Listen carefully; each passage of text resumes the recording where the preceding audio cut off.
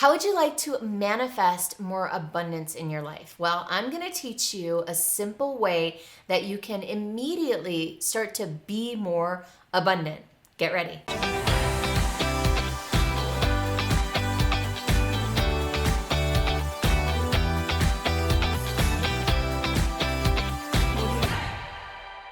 So here's the thing about abundance. People think that it's an outcome. People think that abundance is what you get when you do certain things. That if I work really hard and make a lot of money, then I'll be abundant. Or if I clear my calendar of a whole bunch of things, then I'll be abundant in time. So the areas around which we humans want to feel and be more abundant are generally money, time, and love, and also health. Money, time, love, and health. And so these four areas, a lot of times we take on this approach that once I do or have these things, then I will be abundant. And that is a big mistake. Take it from someone who had it all backwards for a lot of years.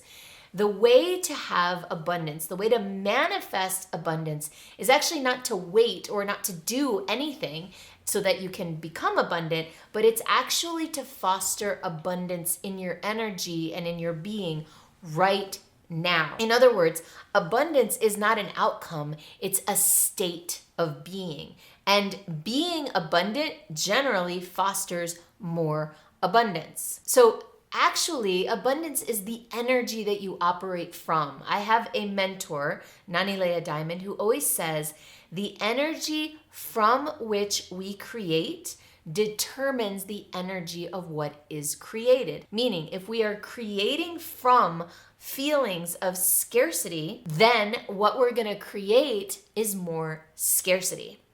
So if we want to have abundance in our lives, it's not about doing a whole bunch of things and then having abundance.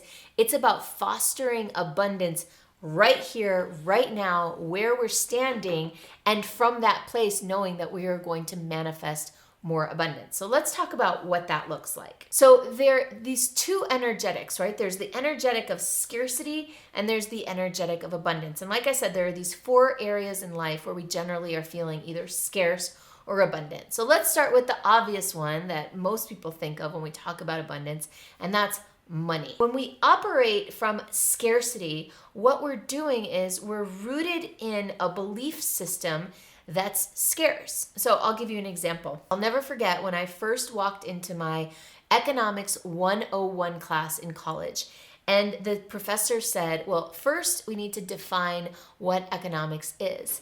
And he said, economics is the study of the allocation of scarce resources. Essentially, it's the study of scarcity. And I internalized that right away, and I took on a belief system that most of us share in this culture, which is that the world, things in the world, money, commodities, stuff is scarce, and there's competition for scarce resources. And that's why economics is the study of the allocation of these scarce resources. So we're operating in a system that is rooted in scarcity from the get-go. And think about all the ways that we talk about scarcity of money in the world. Money doesn't grow on trees, right? There's no such thing as a free lunch.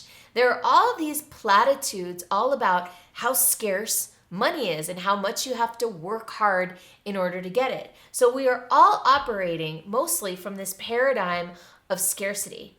Now, what would it look like to operate from a paradigm of abundance? So if we instead started to root ourselves in a different belief system of abundance, we would say things like, money is everywhere. There are so many opportunities out there. The best things in life are free, right? So it's a currently existing paradigm. We can absolutely tap into that, and we can actually choose to focus on this paradigm versus this paradigm. Now, neither is right or wrong or true or false, but you get to decide where do you want to operate from. And if you want to manifest abundance in your life, then I guarantee you, you're going to be better off focusing on this paradigm of abundance rather than on this paradigm of scarcity. Other examples, I'll give you an example from my personal experience that was a game changer for me. I operated for as long as I can remember, probably since I was a baby, because of the way my dad is, and God love him and God bless him, but my dad is someone who's always operated from time scarcity. He's always stressed out about being late. He always would get really nervous whenever we'd travel because he was just like freaking out about missing flights. And he really was always just in a hurry mode, right? And he was always very scarce when it came to time. And so I grew up with this kind of time scarcity mentality that there's never enough time to do all the things I want to do. And I was always running late, and I was always struggling with my relationship to time because I really was operating out of scarcity. I used to say things like, there are not enough hours in the day to do all the things I want to do. So much to do, so little time, right? So many opportunities, so little ability to focus on them. So all these things that I used to say and believe were really rooted in this scarcity energetic. And when I started doing this kind of work, this business development work, I would do these 3-day retreats, and I would pack the 3-day retreats with all this content. This was back before I knew better. And I didn't realize that information is not transformation. I know better now. So I'd pack this schedule full of so much, probably because in a lot of ways I felt insecure, like not good enough. So I wanted to pack a lot of information into these retreats so that I could prove the value of the retreats. Early on in the retreats, I would say things like, we have a lot to cover and not very much time, so we really need to power through this and hustle and get to work. And I didn't realize that I was fostering a culture of scarcity around time. And then I was always running late. I was always stressed out. They're like, we're not going to get there. We're not going to finish. They're not going to get what they came for. So I was sharing this problem that I was facing with my mentor. I was sharing like, I can't figure out how to get more done. I mean, we don't have enough time. He goes, is that really true? I'm like, what do you mean? He's like, do you not have enough time, or is there plenty of time? And of course, right away I got it. I'm like, oh, I see what you're saying. And he goes, what would happen if you reframed your entire relationship to time in this retreat? If you started to say things to your clients in the room like, hey, we have plenty of time to do everything we want to do here. So let's relax, let's sink into this, and let's enjoy this weekend together. He said, what would happen if you did that? I'm like, that's brilliant. Let me get back to you. And so I tried doing it. I did it. And I'm telling you that retreat experience, I'll never forget. It was totally different from any retreat I'd ever done before. People were so present and they were so relaxed, and they weren't anxious that they weren't going to get their needs met, because from a very beginning in that retreat, I pre-framed the entire weekend by saying, listen, just want to let you know, I've structured this weekend so that we have plenty of time to get everything done that we want to get. We are abundant in time. And of course, I did tweak the content and take out a few things in order to release some space. But I opened up and I left only about 45 minutes of blank space each day, just so I knew that I'd have time in case I needed it. And it made all the difference in the world. So sometimes you can take on the energetic and seed the energetic of abundance before you're even fully there yet. So what we've talked about is how to come from a place of abundance rather than coming from a place of scarcity. So when we come from abundance, it's a totally different way of showing up, and it really has a lot to do with how you're being and really fostering the emotions that are associated with abundance. Now, there's one emotion in particular that's like putting gas on a fire when it comes to abundance, and that emotion is gratitude. So when we foster gratitude or appreciation, we automatically, immediately, without getting any more stuff, we automatically feel more abundant. When we start to pay attention to the things that are already abundant in our lives, we immediately upgrade our vibration and start to attract more abundance in our lives. So speaking of that, let's talk about some of the practices that you can start doing to manifest abundance in your life. The first practice is obviously foster and cultivate a feeling of appreciation every single day. And one of the things that you can do for that, I have a morning practice, which is completely centered just around fostering appreciation. Now, what that means is coming from an emotion of appreciation, which is very different than coming from the mental thought process of appreciation. So we could come from the mind and say, all right, let me think about all the things that I appreciate. Okay, I appreciate my parents. I appreciate that I have a roof over my head. I appreciate that there's food in the fridge. Now, that's a very mental approach to appreciation, and it's a good start, okay?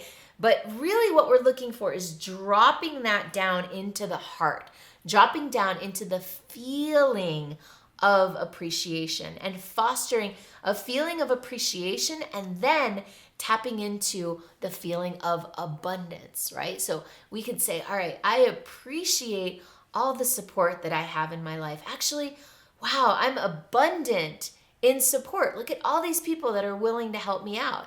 And so if you really feel into that appreciation and abundance and you start doing that daily, you'll start to find that you're being and acting and feeling more abundant naturally, and that will start to attract and reverberate and come back to you. A second practice that's correlated and highly associated with abundance is generosity.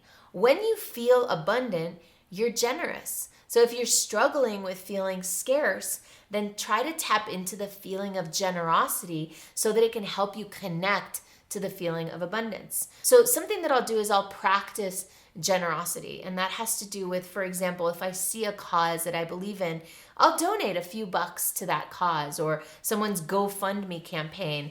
Don't tell anyone this, but I'll pretty much fund anybody's GoFundMe campaign. So these are little things, little acts of generosity, $5, $10, $15. Doesn't have to be huge, but knowing that you're giving fosters the feeling that you're giving from abundance. So remember, when you're giving, do it from a place of remembering to feel appreciation and feel the feelings associated with abundance, rather than to give from a place of scarcity, like, oh, I have to give my hard-earned money in order to get abundance. No, it's not like that. It's tapping into abundance first, and from that place of abundance, it's giving from that place. And the third thing is to focus on the abundance that already exists. So you could try just playing a game with yourself all the time of like, find the abundance. Where's the abundance right here? Like right now, I'm feeling an abundance of light.